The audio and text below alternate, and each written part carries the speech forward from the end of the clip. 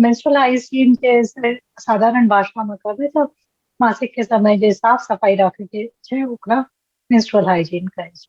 तऽ menstrual hygiene के सबसे पहिने कि अहाँके ब्लीडिंग भए रहल, तऽ ब्लीडिंग भए ला अहाँ कपड़ा यूज करे छियै या फिर पैड यूज करे छियै या टैम्पून यूज करे छियै, तऽ ओ चीज इम्पोर्टेंट छै। तऽ अगर अहाँ टैम्पून या पैड यूज कर रहल यऽ तखन तऽ कोनो बात नहीं छै, लेकिन कपड़ा अगर यूज करे छियै तो पहिने जमाना में एकरा सबके बहुत छुपा छुपा के रखल जाइत रहे, तऽ बहुत पुराना गंदा कपड़ा ई सब यूज करैत रहे लोग। ई चीज एकदम अखनो बहुत लोग गंदा कपड़ा या सोचे छै कि ई तऽ छुपै के चीज छै से नहीं यूज करना चाही।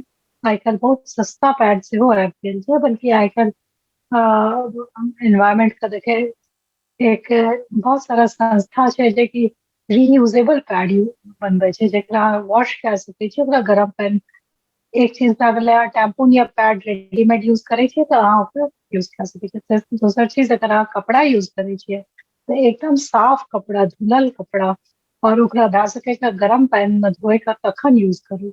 और रियूजेबल पैड आबै छै आइ काल्हि जे बहुत सारा संस्था सब आइ काल्हि दए रहल है, तऽ ओ एक पैड अहाँके 2-3 बेर यूज भए सकै छै। तऽ ओकरो ओकरो प्रोसेस वएह छै कि अहाँ ओकरा बढ़िया से धोए के मतलब गरम पानी में धोए के तब यूज करना चाहिए। बहुत लोग के कम मासिक होइ छै या फिर ओते पैड नहीं बिछले तो लोग की करे छै, जेना महीना के चौथा या पांचवा दिन अगर बहुत कम ब्लीडिंग भए रहा है तो पूरा नहीं बिछले तो वह पैड का भोर से साँझ तक अगला दिन तक लगेने छै, अगला बेर नहेबै तखन बदलबै। ई चीज गलत छै। पैड भिजे कि नहीं भिजे अहाँके ओकरा हरेक 8 घंटा या 12 घंटा में जरूर से जरूर बदल देना चाहिए।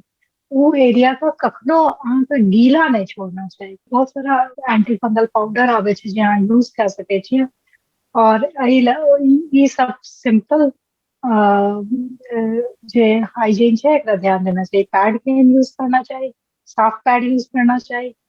किनल छै तो बहुत बढ़िया, नहीं किनल तो एकदम गरम पानी से धोअल। ये नहीं कि गंदा पुरान कपड़ा यूज के लिए ते कखन बदलना चाहिए, 8 से 12 घंटा में जरूर बदल देना चाहिए। भीग जाए तो और जल्दी बदलना चाहिए। अगर आप कपड़ा के पैड यूज करे छियै तो और जल्दी बदले पड़े छै। ये मेंस्ट्रुअल हाइजीन है। और सबसे लास्टली जे अहाँ पैड यूज कर लिए या कपड़ा यूज कर लिए ओकरा प्रॉपर डिस्पोज होना चाहिए, मतलब ओकरा प्रॉपर डस्टबिन में या ओकरा प्रॉपरली डिस्पोज करके छै, मतलब ओकरा प्रॉपरली फेंके के छै।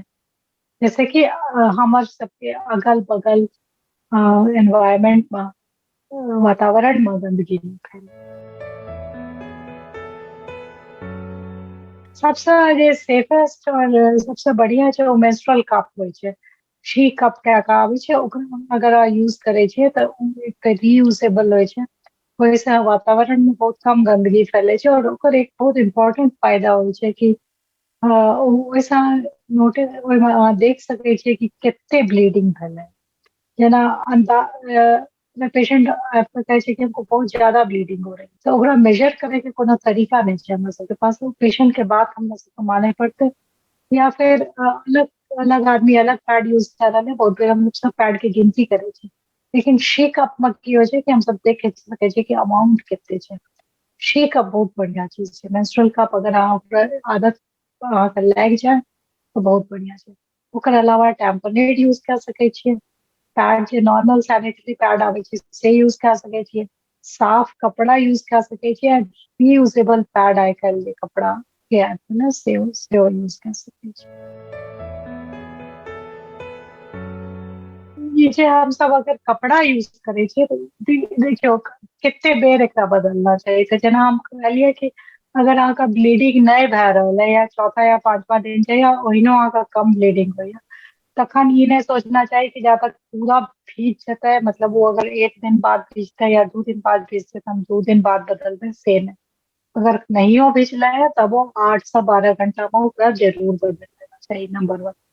नंबर 2 कि जखन वो भीज जाए, अगर वो भीज जाए छै तखन तऽ जहाँ भी भीज गेलै तखन बदलि लियौ, ठीक छै।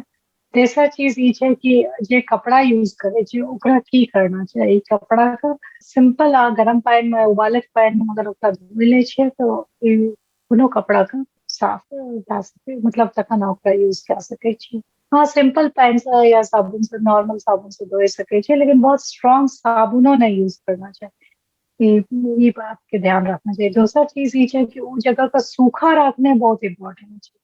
मतलब धोए से बेसी बढ़िया छै, बहुत बहुत लोग का आदत होइ छै कि पेशाब करे के बाद उस जगह का हमेशा पानि से धोए के। तब पानि से धोए के बाद अगर अहाँ पानि से धोए छियै बहुत बढ़िया, लेकिन अहाँ ओकरा जरूर सुखा लियो। टिश्यू पेपर राखियो या पुराना न्यूज़पेपर राखियो या कोनो कागज राखियो, ओइसे सुखा लियो, नहीं तो फंगल इन्फेक्शन होए के डर रहे छै। वो एरिया के शेविंग बहुत स्ट्रॉन्ग केमिकल या बहुत केमिकल शेविंग नहीं करना चाहिए, बल्कि वो एरिया का शेविंग करे के वो प्रोटेक्ट करे लो तब केस छै, तो ओकरा हमेशा शेव नहीं करना चाहिए। शेविंग से इन्फेक्शन बढ़े।